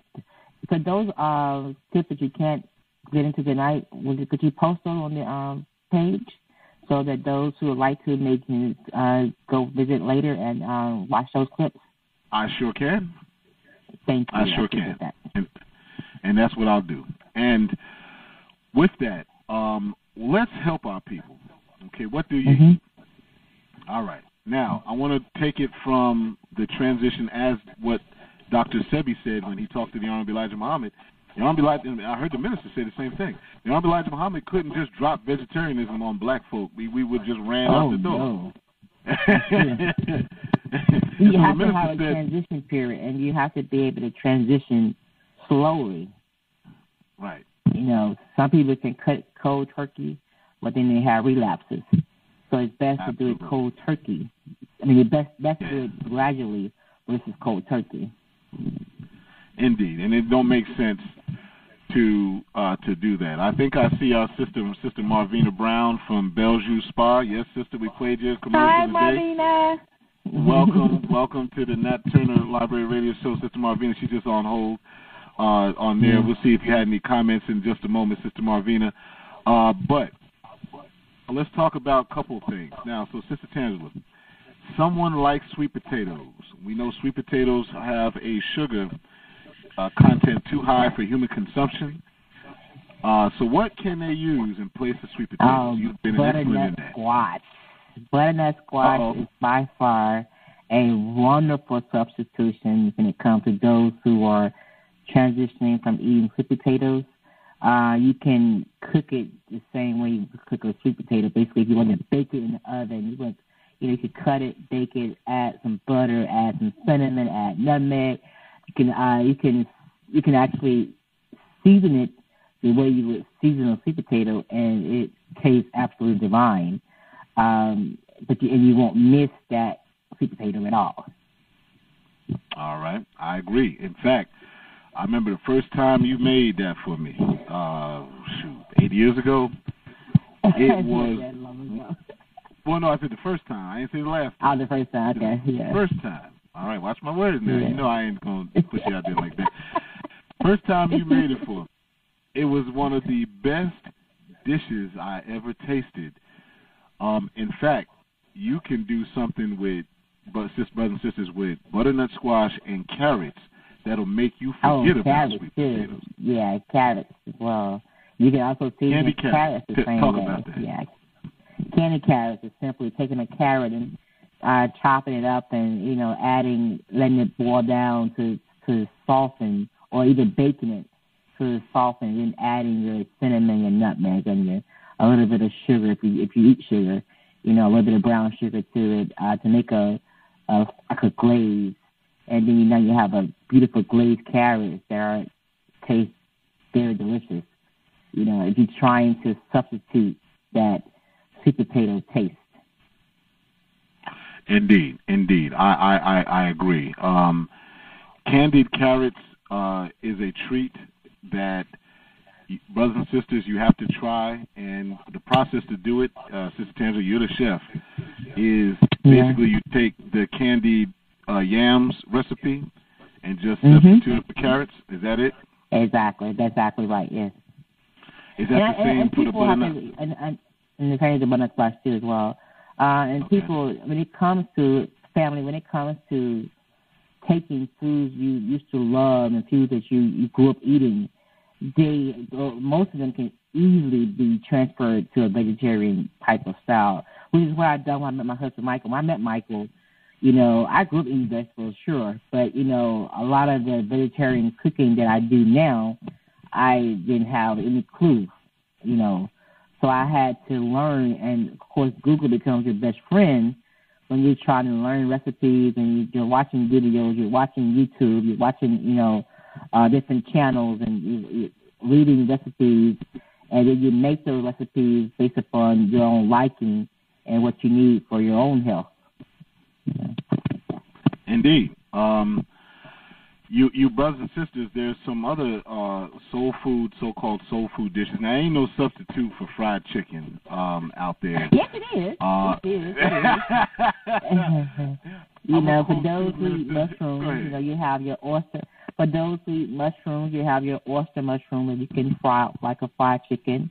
Then you have those who, if you eat wheat gluten can also be fried up like fried chicken. Well, let's talk about what wheat gluten is. Wheat gluten and white wheat gluten is basically the gluten from the actual wheat itself, and you could take that and mold it and to shape it and batter it up and fry it up like chicken, and it has the same texture as meat. For those who are trying to transition from eating meat to, I tell people all the time, there's going to be a transition period. You have a lot of people out there who don't like the whole fake meat thing, who don't care for Beyond Meat burgers, who don't care for, things of that nature, corn nugget products or all the quote-unquote fake meat products. Well, when a person is trying to transition from eating pork, from eating beef, from eating chicken, is when you have something to kind of help, when you have something to kind of guide you till you reach that level to where you're creating your own recipes, creating your own dishes, you need that transition period to help you, to keep you from backsliding and going to Wendy's and getting a chicken sandwich, or going to Popeyes and getting a chicken sandwich because you don't know what to cook tonight. When you have those products there, they help you to transition without having any issues. Indeed, I concur. Yeah. What wheat gluten is, you can buy wheat gluten products already made. I have made my own wheat gluten. You buy this flour-looking substance called Vital Wheat Gluten. All it is the core glutinous material of it. People who have wheat gluten allergies usually have wheat gluten allergies because they're getting wheat gluten products from a GMO source. Okay. Dr. Aline Muhammad many years ago said that wheat gluten and milk allergies usually don't exist in reality. It's the type of wheat gluten or milk, he said, that's making people have allergic reactions for those who eat it. Now, if you're going to be a vegan and you don't want milk or any of that, you just want to have those other sources, the best substitute milk source, if you're going to make one, would be to use not almond milk, stay away from the toxins in almonds, not soy milk, would be rice milk, brothers and sisters. Rice milk, yeah.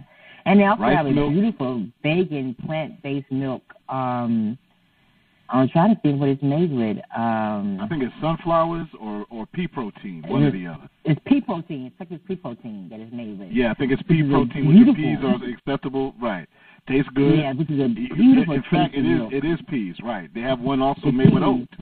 Pea protein, right. Yeah, and they want to have one made with oat. They are actually some very good tasting milk products. I was very, very surprised, at how well they taste. You are so right. Sister Tangela, we got about 25 minutes left in the show. I wanted to take a moment to check with our audience and see if they wanted to ask and chime in on any questions or comments. So, I have any questions or comments. And brothers and sisters, if you're listening live, we got about 20 minutes to go in the show. If you're listening live on March 6, 2020, 8:30 p.m. Eastern Standard Time, the call-in number is 515-605 515-605-9762. 515-605-9762. So you want to be a vegetarian, here's what you need to know. We're going to get back to you right after this. We're going to go to a quick commercial break, and we're going to cut it short if we don't have any questions at all. You're listening to the Nat Turner Library Radio Show with Brother Michael and special guest, news specialist, Sister Tangela Muhammad. Coming up. Stay tuned for Nat Turner Library Radio.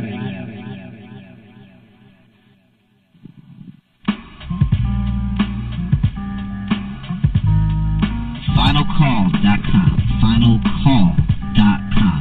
One word, FinalCall.com. The award-winning website for the realest and most accurate black news available on the planet. FinalCall.com. Fair, reasonable, accurate, and inclusive. We are a unifying website. FinalCall.com. Go there today.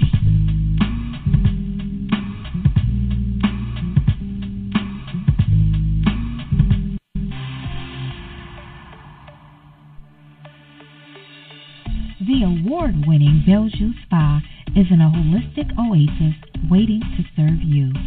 Our goal is helping you love the skin you're in. We are located at 5880 Live Oak Parkway, Norcross, Georgia, 30093, Suite 270. You can call us at 678-769-5772. Bellevue Spa offers male and female grooming, facials, massages, ionic foot detoxing, teeth whitening, and so much more. You can always book your appointments online at BellevueSpa.com. Helping you love the skin you're in is our goal. Again, you can call us at 678-769-5772. Stop in to see us at 5880 Live Oak Parkway, Norcross, Georgia, 30093, Suite 270, or book online at BellevueSpa.com.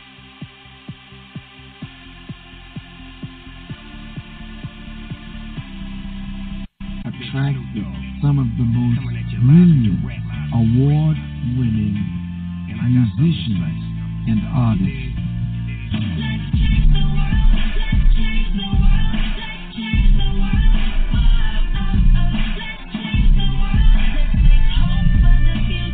No killing, no shooting, no dying, no lying, no gang banging, so no more mamas crying. Chilling with the president, he let me in the White House. Back to the captain with the minister.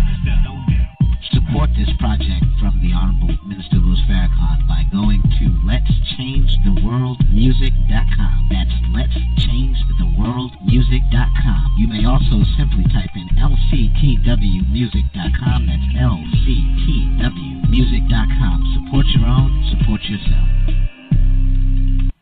Nat Turner Library Radio. And brothers and sisters, we are back. So you want to be a vegetarian, here's what you need to know. I have with us a former guest who will be on soon, one of these weeks, a sister whose spa is the best I've ever seen. She has a wonderful new location. Sister Marvina Brown from Bellevue Spa, welcome to the Nat Turner Library Radio Show. Thank you for having me, Brother Michael. How are you today? Oh, we're doing well. You're always a welcome guest for our show, and we thank you for gracing us tonight with the premiere opening show for Season 4. And how are you tonight? I'm doing well. Loving your show on becoming a vegan and what you need to know. I tell my clients about the soybean epidemic, and yes, I call it an epidemic because they're pushing it in every way they can think of, and I know it's no good for our people. But just to be certain, it does mess with the endocrine system, which is pretty much a person's way of thinking, not to mention the other damages it causes to the body. Is that correct? That is correct. Sister Tangela, did you want to chime in on this answer? No, I'm just listening. Okay. the endocrine system, brothers and sisters, for those who are familiar with the interview, Sister Marvina, I did an interview with Dr. Wesley Muhammad, who talked last year specifically on his book, which is The Conspiracy to Destroy Black Boys, and he has a new one, Conspiracy to Destroy Black Boys, the Understanding the Assault and Against the Black Man. And so he has a section on the endocrine system. The endocrine system is a system that actually specifically deals with the hormone development of the body. And indirectly, the hormone system, from my understanding of the science, does deal with your thinking. It deals with your masculine, feminine, your decisive thinking, and all those other thinkings. Soybeans are a direct endocrine disrupting food substance. You are correct. What soybeans do more specifically is, as I was saying earlier, is they're what you call a phytoestrogen, P-H-Y-T-O estrogen. And what has happened, Sister Marvina, over the last, I'm going to say 2 to 3 years, because the world has been catching on to soybeans, right? So the soy industry has relabeled themselves as plant-based as opposed to soy-based, if you follow what I'm saying. Mm-hmm. So with that deception, they're trying to relabel the dangers of soy by saying, yes, it's a phytoestrogen, but this is an estrogen that, in moderation, that your body disseminates normally through the endocrine system. Now, if you knew that you were getting fed extra hormones, would you eat that food substance? Not at all. And I, as well as you, do not recommend anybody to intake soy and its byproducts for that reason. One of the things that Dick Gregory, you're familiar with Baba Dick Gregory, who returned to the ancestors just a couple years ago. Yeah.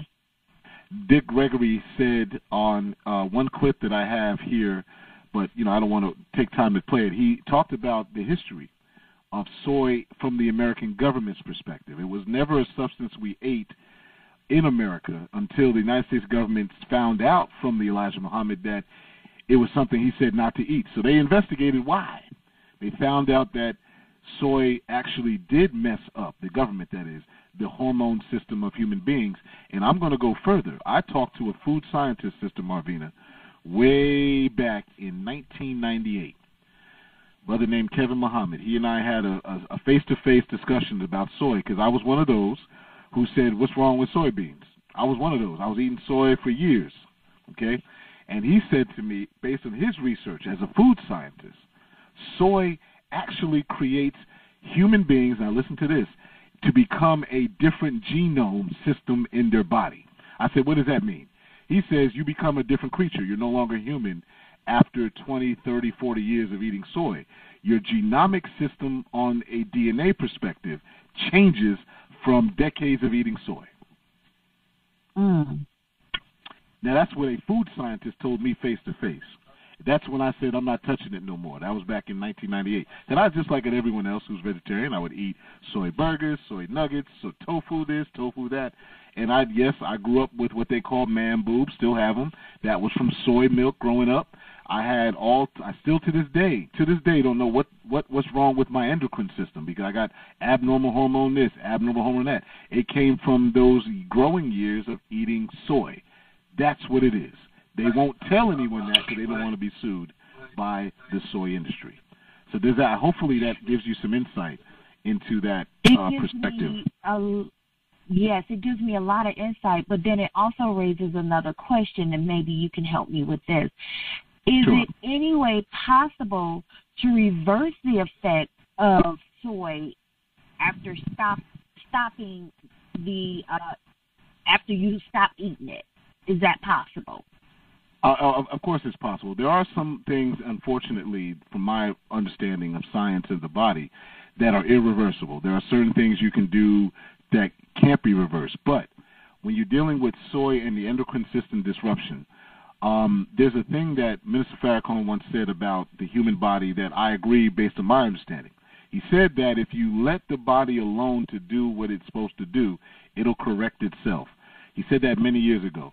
So I find that to be true based on all the different doctors and things I've read. If you stop the soy intake and then alkalinize the body. I think Dr. Sebi talks about that a lot, about alkalinizing the body, giving the body. If I remember right, for many years, Dr. Sebi said in his healing techniques, he would give the body what it needs to make it heal itself. I know that you're a student of Dr. Sebi's, and so that's one of the things Dr. Sebi always talked about. So in using that spirit and what the Honorable Elijah Muhammad said before him, if you eat the right foods at the right prescribed time, what will happen is your body will normalize its endocrine system. Now, soy is a major endocrine disruptor, but it's not the only one. If you drink tap water, which you and I have spoken on air with the audience, if you drink tap water, there are several endocrine disruptors in tap water. That includes fluoride. That includes estrogenic chemicals such as what Dr. Tyrone Hayes exposed, a chemical called atrazine, which is a fertilizer. That's in water supplies. That's one of the chemicals they found in the Flint water system and in some of the places in Detroit as well. So in order to get rid of that, you have to have pure water. Use your water, the water that you have that you sell. That's one of the ways to keep purifying it. Also, you want to stay away to help to reverse the effects of it. For women, it's a little different for men. For men, I actually, believe it or not, developed, and I presented this to Dr. Wesley a couple years ago because he and I spoke, for a few minutes about his findings. I said in my research, and I'm not a scientist on his level, I said I found a concoction that I made that has been found to be a naturopathic way to increase testosterone in men naturally. The concoction includes ginseng specifically from Siberia and Korea, okay? It also includes pine tree pollen, and it also includes a little bit of what is that stuff called celery root extract. That combination has what you call androgenic effects. Androgenic means you increase your testosterone. That helps men reverse the effects of it. That actually is what I do. And my doctor, thank God, just told me last week that my testosterone was normal. Before it was low. Now it's normal, and it's because of that. Amen. But see, if that's for men. For women, it's more about just eliminating the soy so that the breast cancer and the cancer risk go down. You just have to eliminate it and all the sources from it and use pure water, which is what you sell. And tell the people to use pure water, they'll get rid of it. So tell all your customers that I said, get your water, and they're going to live longer. That's right. Awesome. Thank you so much for that. It cleared up a lot. You are welcome, and I thank you for calling in tonight. And the audience who's listening, Sister Marvina is the owner and operator of Bell's Juice. I'll give you a couple minutes to talk about what's your latest special if you have one. Oh, awesome. Yeah, we're located in Norcross, Georgia, and we are a holistic oasis where we help you to heal your body from the inside out with the water that Brother Michael was just speaking on, and it is alkaline, ionized water, and it is amazing. It helps to hydrate the body on a cellular level from the moment you begin to drink it. And with so many different things going on, this coronavirus, which I know Brother Michael is going to be talking about as well, washing your hands in this water it's just amazing, and I would suggest that you come on out and get it. We have a water program that's typically starting off at $115, and that gives you 4 gallons, your monthly supply, the whole 9. It is going for $89 for the month of March, and then your renewal, which is your refills all month long, as much as you need, is $60 a month. Now that's very good for fresh alkaline water. And where can the people reach you, both by phone to find out how to? Well, first before I do that, I know the services. What else do you specialize in? We specialize in facials and ionic foot detoxing, vaginal steaming and rejuvenation, body contouring. We are a full-service spa for the most part. The only two things we do not do is hair and nails. One of the things that we get a lot are back facials, and that's because most people can't reach their back. And with that being said, your hair leaves deposits of oil on your back. People get blackheads on their back, just itchy, dry, eczema, psoriasis, different things of that nature. And we're able to go in, clean it up, and just make it more comfortable, more moisturized, and people are loving it. So back facials are amazing. And I'm a client of Black Facials of Sister Marvina. Brothers and sisters, if you want to treat yourself to a beautiful location next to a nice pond, lake, serene environment with a wonderful black woman who's been in this industry for a very long time, dealing with health specialties for your body and pamper yourself, please visit Marvina. How can they do so again? They can give us a call at 678-769-5772. And again, we're located at 5880 Live Oak Parkway. That's here in Norcross, right off of Jimmy Carter and 85. And we're in Suite 270. I heard Sister Tangela speaking earlier, and it may have been you, Brother Michael, but you were talking about biogenetics. And no, Sister Tangela was saying know your numbers. That's what it was. Having those tests done so that you know that you're getting the right supplements, you know, the right nutrients into the body. And we do the bio analysis. So that test literally breaks down all your systems, and it tells you your numbers. It tells you what vitamins your body is missing, what minerals, what toxins are high in your body. Yes. Okay. And the thing is, once you know, come see me. Once you know, it gives you the ability to put your health in your own hands. So, yes, it will detect your amino acids that you're lacking, acids that you may have, or high or low. It breaks down all your systems and gives you your numbers. So how quickly can a person get the results after you administer the test? Those results are done instantly. Like as soon as it takes maybe about 5 minutes. The test becomes 2 minutes long, and your results are printed within the next 3 minutes. You walk out the door knowing your results. And it's non-invasive, so there's no blood work that's done. Every person has a natural vibration to their own body.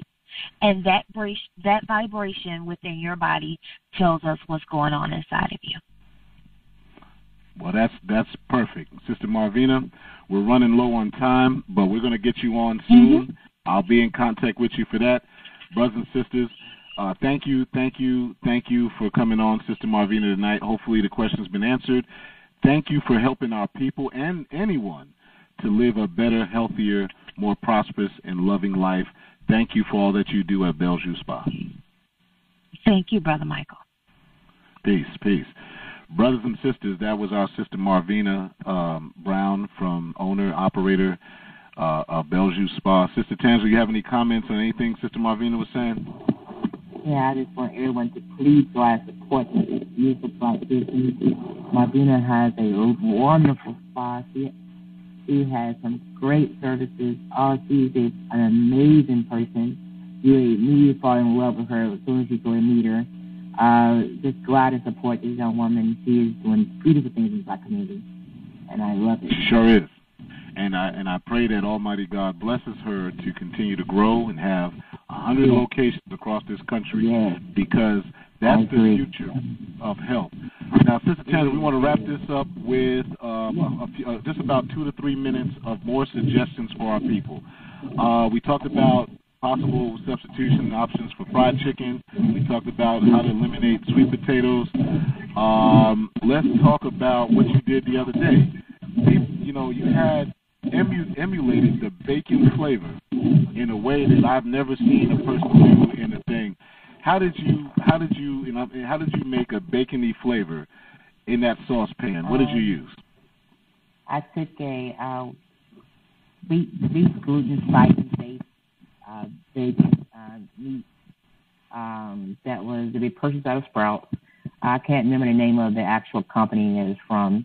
And I simply cut these side strips into strips, and I sauteed it in until it was crispy.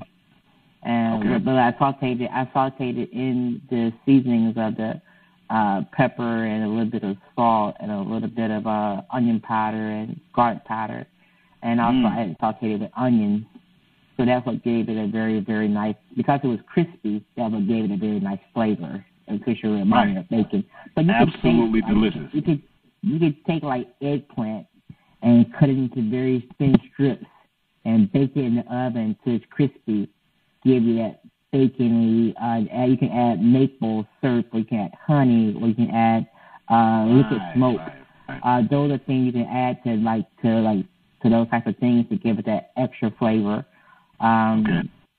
If you're looking for something to replace that pancetta or that bacon that you see in the recipe. Okay, beautiful. Another thing that comes up with our people who are trying to transition. Now, this is all about transition, because if you want to be a fruitarian, brothers and sisters, like Sister Tangela loves fruit. I do. Oh, God, I like fruit. I like fruit, but I can't eat as much as Sister Tangela do. So. I can eat fruit for every single that's for my meal for the day.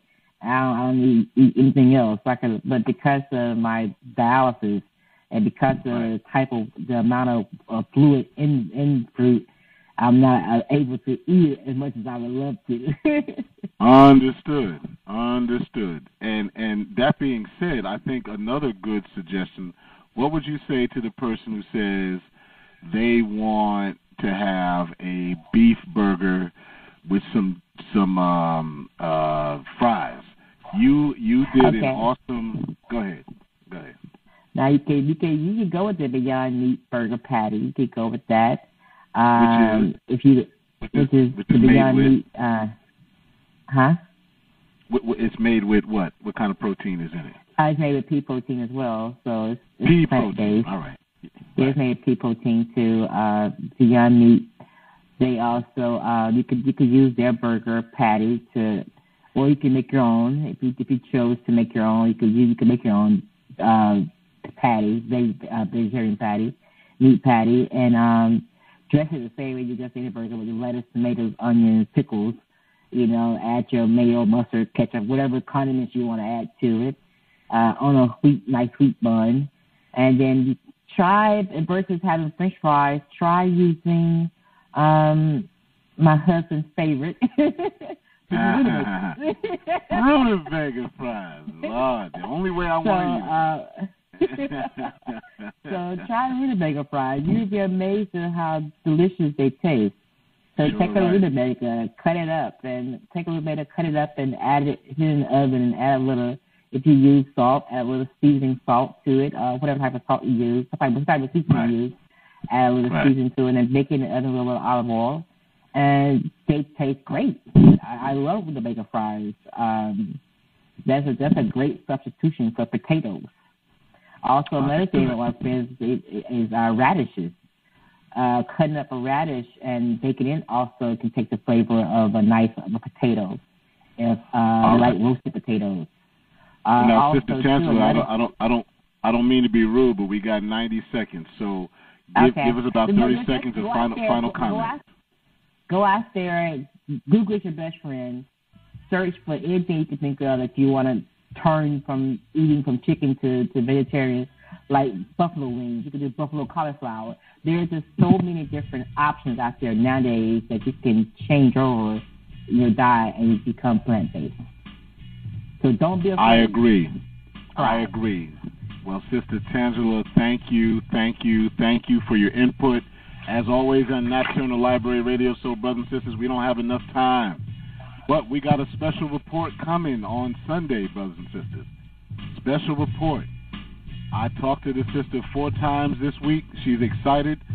A sister here in Georgia who's showing women how to protect themselves from sexual assault, kidnapping, and other things like that. A sister named Dr. Odette Russell, Sister Sigadu.